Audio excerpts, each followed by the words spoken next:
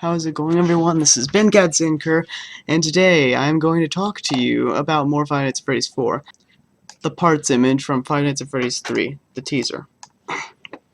Now, the reason I bring this up, it goes into my next point, and that's that, do you ever remember characters named Mike Schmidt and Jeremy Fitzgerald?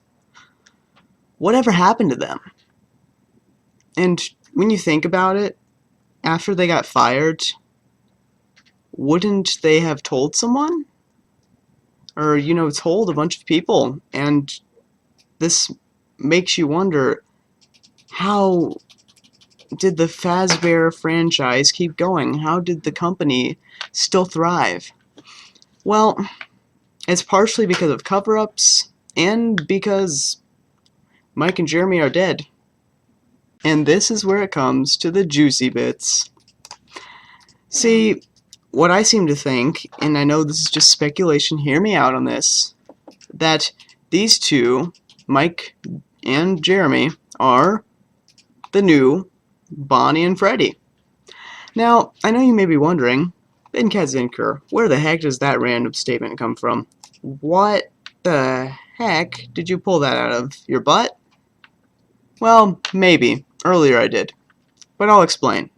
I want you to know that there's a connection between these animatronics and these parts. This image was called What Can We Use? .jpg. So, how might these animatronics, these new ones, built together, obviously, I mean, we've established that in the last theory, we're basing it off of the last theory, and what can we use? But who would build animatronics? Who's left in the series that we don't know about just yet? The character we have left is Phone Guy. And I know you may be wondering, how is this possible? Well, what you didn't consider that there would be a second Phone Guy. And that is what we will take a look at now. We will take a look at the second Phone Guy from Five Nights at Freddy's 3. Who is the second Phone Guy? Well, let's find out. Let's take an analysis of Five Nights at Freddy's 3 right now.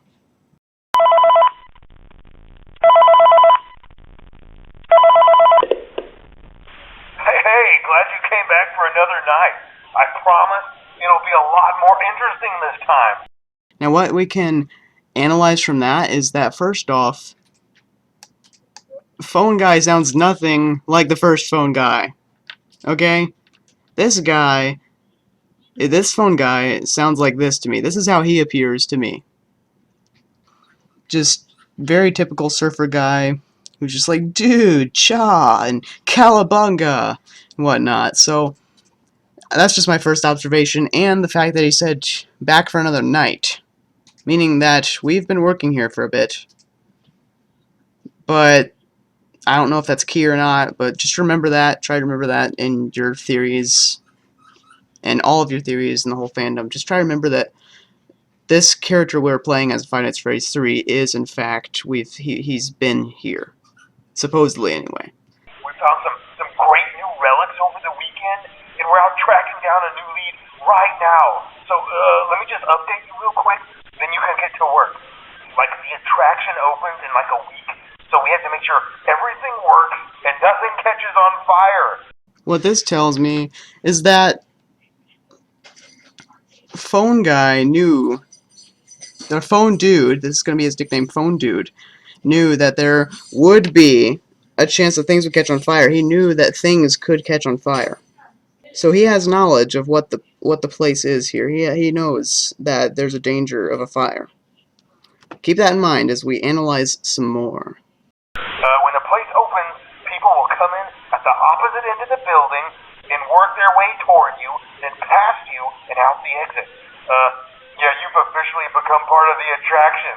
You'll be starring as the security guard. One could say that if he has knowledge of there being security guards, then he could be knowing of what happened at the Freddy Fazbear franchise. He could know.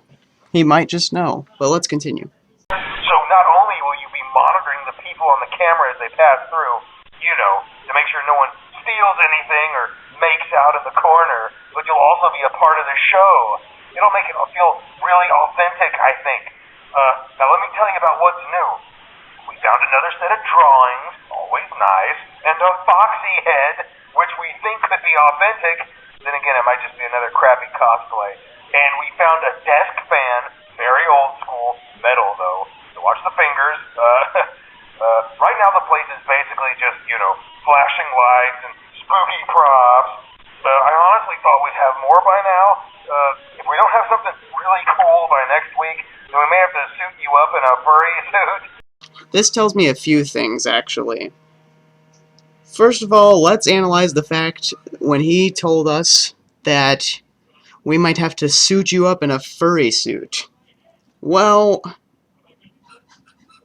isn't Springtrap already the furry suit? Isn't there someone already in that furry suit? So, what furry suits could that be besides, I guess, maybe there's more animatronics. The second point I would like to make about the quote you just heard is that he said they found some drawings. Drawings could probably mean maybe there's drawings of the animatronics. He found the fan. He knew where the fan was. He took Foxy's head. I mean, how does he know where these things are? How did he know? How did he acquire these things? And he says we, but he doesn't describe who we is. So let's just continue looking at it. He seems a bit, I don't know, suspicious to me, but we'll continue. Make you walk around saying boo. But like I said, we're trying to track down a good lead right now. Some guy who helped design one of the buildings says it was like an extra room that got boarded up, or something like that. So hold on a second.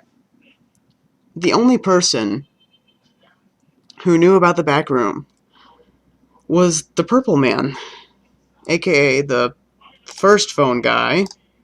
So, and this is years later. We have to realize it's years later. So how the hell would phone dude talk to a dead guy? That just doesn't seem right. However, I don't know if you're realizing this. Maybe you are, maybe you aren't. But we'll continue on till the quote ends. So, we're going to take a peek and see what we can find. For now, just get comfortable with the new setup. You can check the security cameras over to your right with the click of that blue button. You can toggle between the hall cams and the vent cams. Then over to your far left, you can flip up your maintenance panel. Use this to reboot any systems that may go offline. In trying to make the place feel vintage, we may have overdone it a bit. Some of this equipment is barely functional. He just said that some of this equipment is barely functional, referencing that he took equipment from the other places of Freddy Fazbear, the other places, but we all know that it's one place. It was just, they just kept building and building. And he said that he met a guy who built some of the buildings. So this leads me to believe that he took some equipment from the other diners and he knows how it works. But how would he know how the equipment works? That just doesn't add up, does it? Yeah, I wasn't joking about the fire. That's a real risk. He wasn't joking about the fire. That's a real risk. Spoiler alert, people. Just getting this out of the way. Spoiler alert. Right now, close the video if you can't handle it.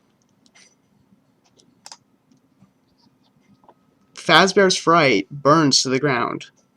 About a week or so later, when you're working on the job, at the very end, if you get the, quote, good ending, you see this news article. A new local attraction based on an ancient pizzeria chain burned down overnight. Authorities have not ruled out foul play, but at the moment it seems to have been created by faulty wiring. Very little was found at the scene, and keep this in mind, keep this little thing, very little was found at the scene, because as you know, we had a little encounter with the parts before. The most important thing, you one to watch for is the ventilation. Look, this place will give you the spokesman, and if you let that ventilation go offline, then you'll start seeing some crazy stuff, man. Keep that air flowing. Okay, keep an eye on things, and we'll try to have something new for you tomorrow night. And that was what Phone Dude said. Now, what we can conclude from this is a few things. So, we know that he knows the location of the other diners. However, and he also knows how the equipment works. He met a guy who knew about the back room, but Springtrap, aka Purple Guy, aka Phone Guy, number one, was the only one who knew about the back room. How did he talk to a dead phone guy? You might be asking me this, and it doesn't add up, you're right. So, what if in fact, Phone Dude was the one who knew about the back room? What if he was the other person running the diners? I mean, it's kind of referenced at some points that there are multiple people working at Freddy Fazbear's Diner. But hear me out on this. Let's keep analyzing this.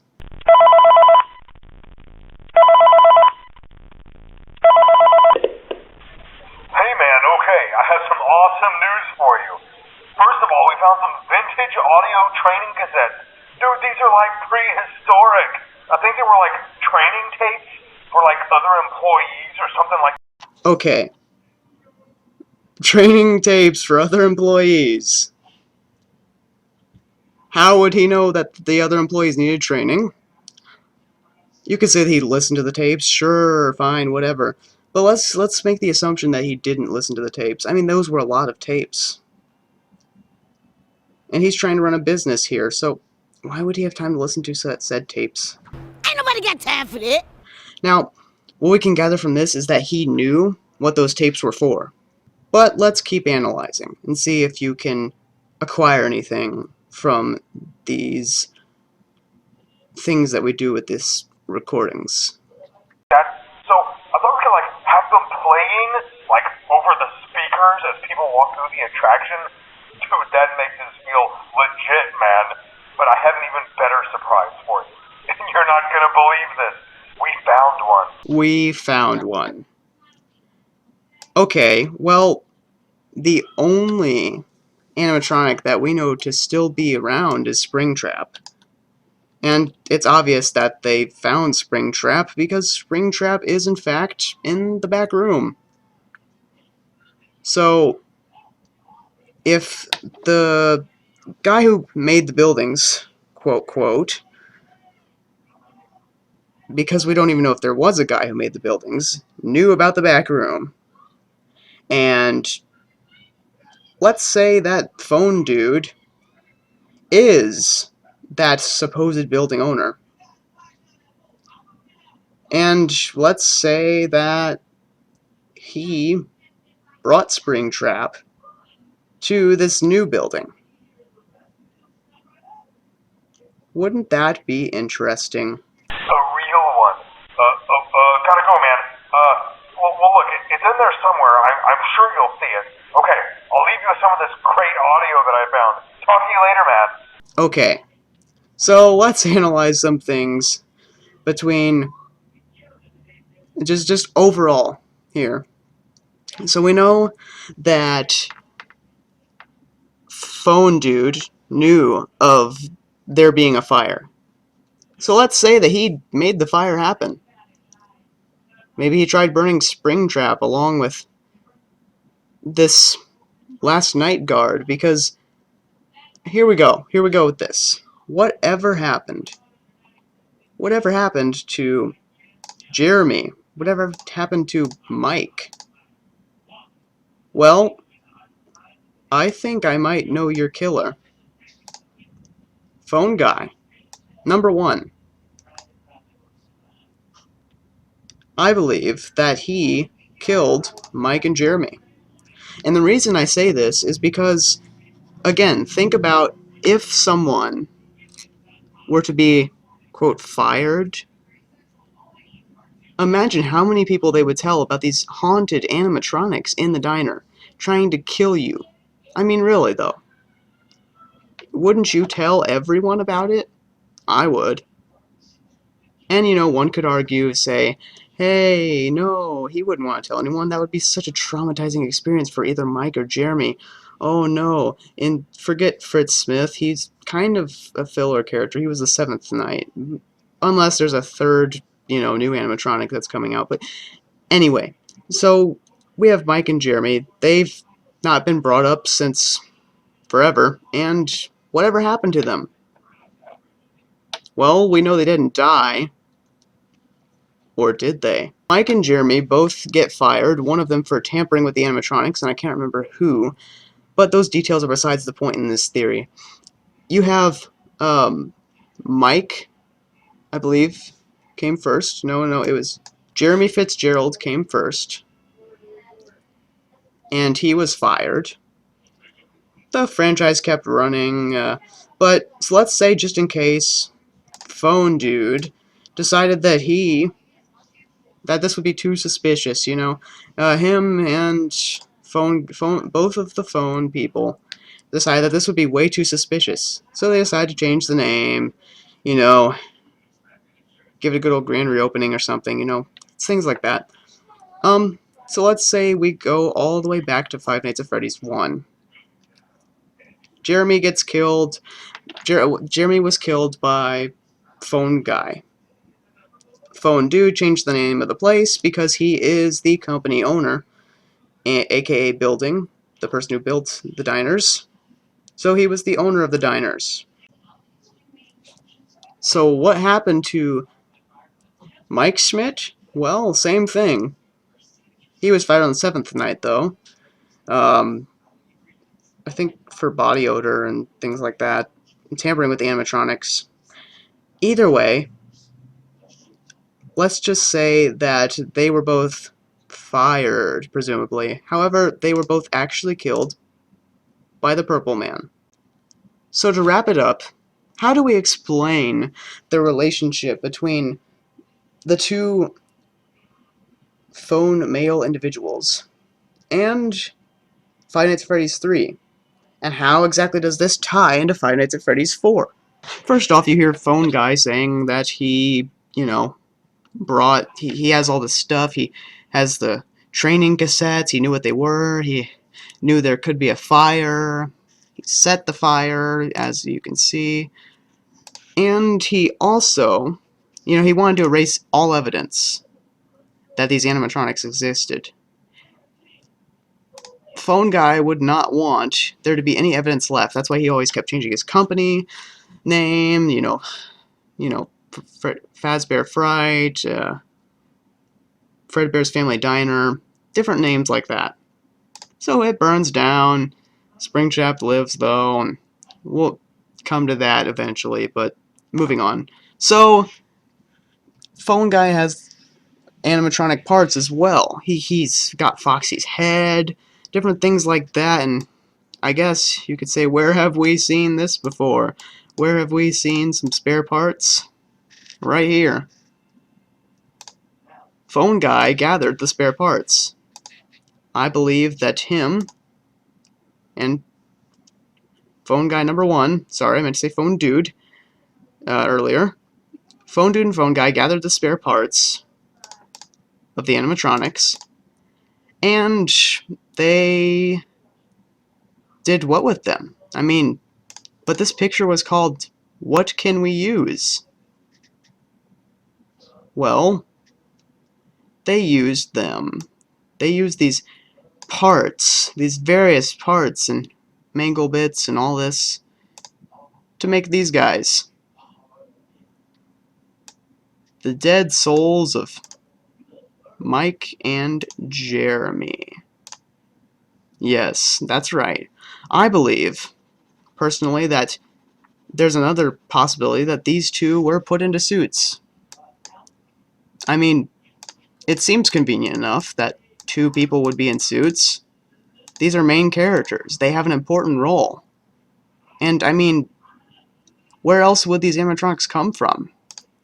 We have an image called whatcanweuse.jpg.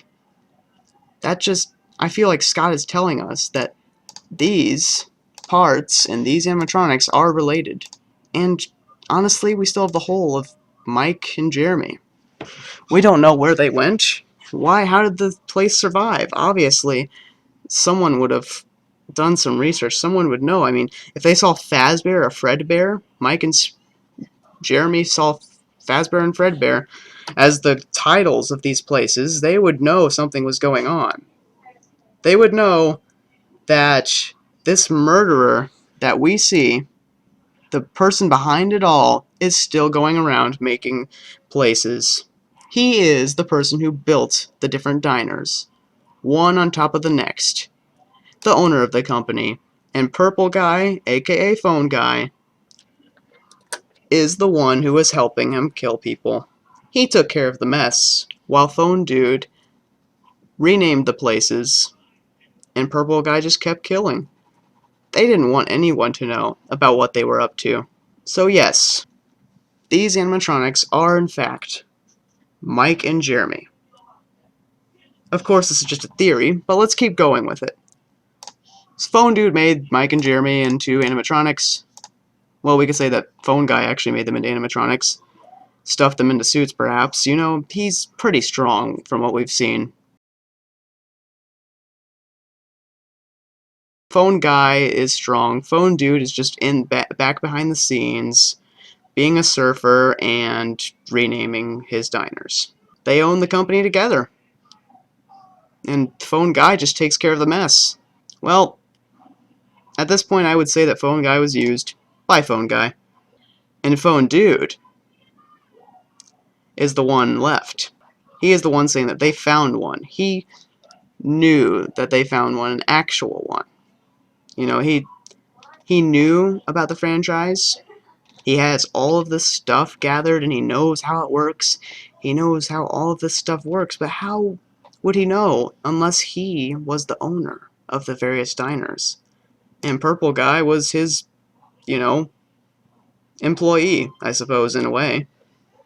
So these two were at the top of their game. Phone Dude was the puppet master.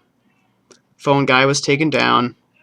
And now we have this guy left.